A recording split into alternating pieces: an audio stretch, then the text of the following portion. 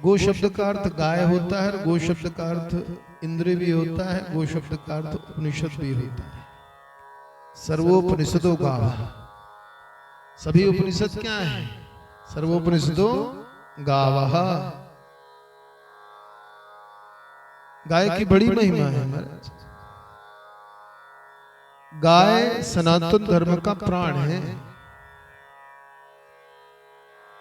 अगर गाय को हम सनातन धर्म से निकाल दें तो जिस तरह से भगवान राम के जीवन के 14 वर्ष अगर निकाल दें तो भगवान राम की कथा में कुछ शेष नहीं रह जाता। भाई भगवान राम के जीवन के 14 वर्ष ही कथा बनाते हैं। उन 14 वर्षों के लिए भगवान के बालपन की कथा होती है। अगर भगवान के राम के जीवन के वनवास के जो 14 वर्ष हैं उन 14 वर्षों को निकाल दें तो राम कथा में क्या शेष बचता है। उसी तरह से सनातन धर्म के प्रत्येक ग्रंथ में गाय की अनुपम महिमा है। भारतीय जीवन पद्धति में गाय का अतुलनीय स्थान है, लेकिन ऐसी विडंबना है कि गाय आज मारे मारे फिर रही है। अगर गाय का समय रहते उद्धार नहीं हुआ तो ये समझ लेना कि भारतीय जीवन शैली भी रसातल को चली जाएगी। और भारतीय जीवन शैली जिस तरह से प्रभावित हो रही है उस तरह से रसातल में चले जाने में कोई आश्चर्य नहीं है।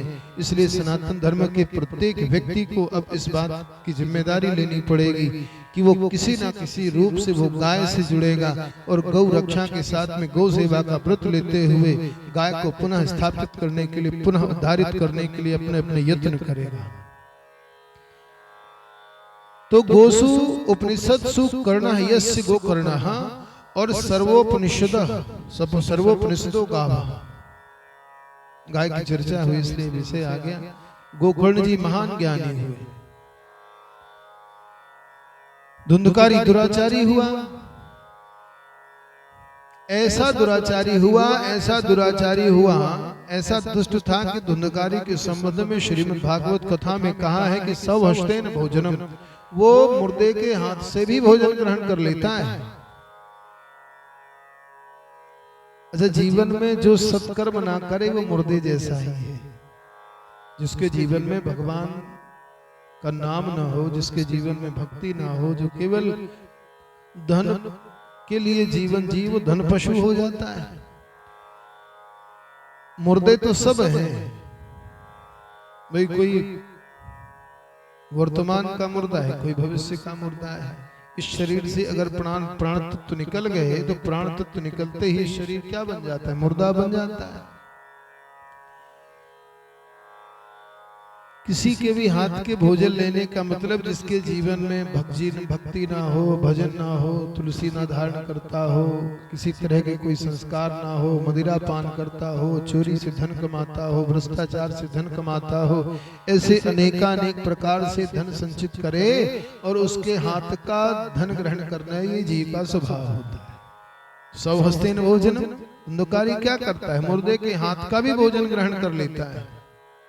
इसलिए खाने से पहले विचार करना आवश्यक है, प्रभु प्रसन्न हो ऐसा कोई सत्कर्म मैंने किया कि नहीं किया, मैंने आज प्रेम से पूजा की कि नहीं की, मैंने भगवान का ध्यान किया कि नहीं, आज किसी गरीब को मैंने कुछ थोड़ा बहुत दिया कि नहीं दिया।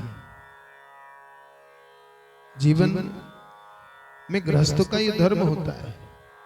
भारतीय जीवन पद्धति में गृहस्थ के अन्य धर्मों में दान धर्म भी है, कुछ ना कुछ दान करना ही चाहिए। जब तक शरीर से दान नहीं होता तब तक गृहस्थ का धर्म समुचित रूप से संचालित नहीं होता है। धुंधकारी कभी स्नान करता नहीं, स्नान करता होगा तो स्नान करने के बाद के जो सत्कर्म ना हो तो ऐसे स्नान का कोई मतलब नहीं होता है। केवल देह में साबुन मल लेने से स्नान नहीं हो जाता है। स्नान के पश्चात जीवन के कुछ कर्म होते हैं, नैतिक कर्म होते हैं, उन नैतिक कर्मों को भी करना पड़ता है। असल में स्नान का मतलब ये होता है स्नान शौच क्रियाहीन, स्नान और शौच क्रियाहीन है। सवहस्तेन भोजनम, मुर्दे के हाथ से भी भोजन ग्रहण कर लेता है। 5 वेश्याओं के साथ रहता है। उसने 5 वेश्याएं घर में ला करके रख ली हैं। पंच पुण्य वधूकुर्वता।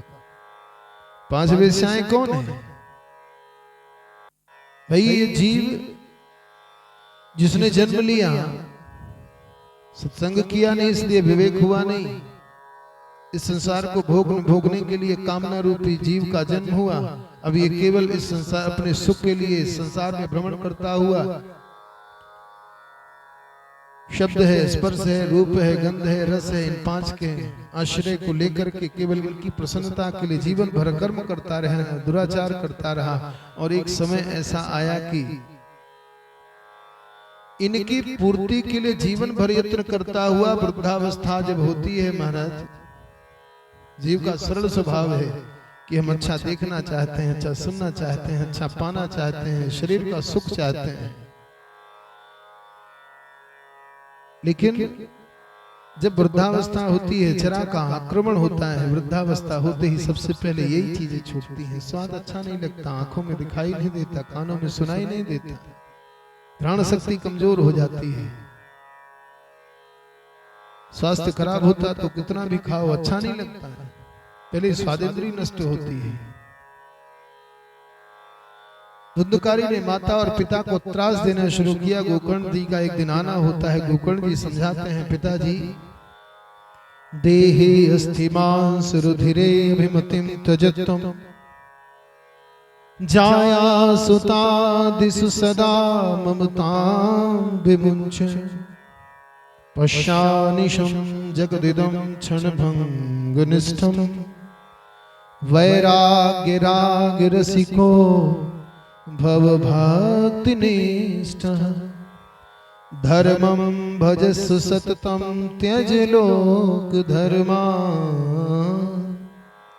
सेवस्य साधु पुरुषान् जहि काम तृष्णा अन्यस्य दोष गुण चिंतनमाशु मुक्त्वा सेवा कथा रसमोहो नितरां पिबत्वम्। प्रभु हे पिताजी, ये जो शरीर है, ये देह अस्थि मांस रुधिर से निर्मित ये शरीर है। इस शरीर सदैव ममता में लगा रहता है। इस जीव का स्वभाव है संसार की ममता में सदैव लगा रहता है, पुत्र पौत्रादिकों की ममता में दिन रात लगा रहता है। इसकी ममता को छोड़ दो, त्यजत्वम, इनको त्याग कर दो, इससे छुटकारा पाओ। धर्म का आश्रय ग्रहण करके भजन का आश्रय लो, भगवान का कथामृत का रसपान करो, सेवा कथा रस बहु नितराम पिबत्वम्। भगवान की सेवा करो, भगवान का भजन करो, भगवान की कथा का पान करो, निरंतर इस नियम को अपना लो। ये संसार सुख देने वाला नहीं है, ये शरीर साथ देने वाला नहीं है। जितना जल्दी इस शरीर से मुक्ति का उपाय खोज सको उतना जल्दी इस शरीर की मुक्ति का उपाय खोजना शुरू करो। पिताजी, ये मृत्यु अत्यंत समीप है। पिताजी को बात समझ में आ गई, घर तो छोड़ना ही पड़ेगा, आज नहीं तो कल छोड़ना पड़ेगा। बात समझ में आई, पिताजी ने घर छोड़ दिया।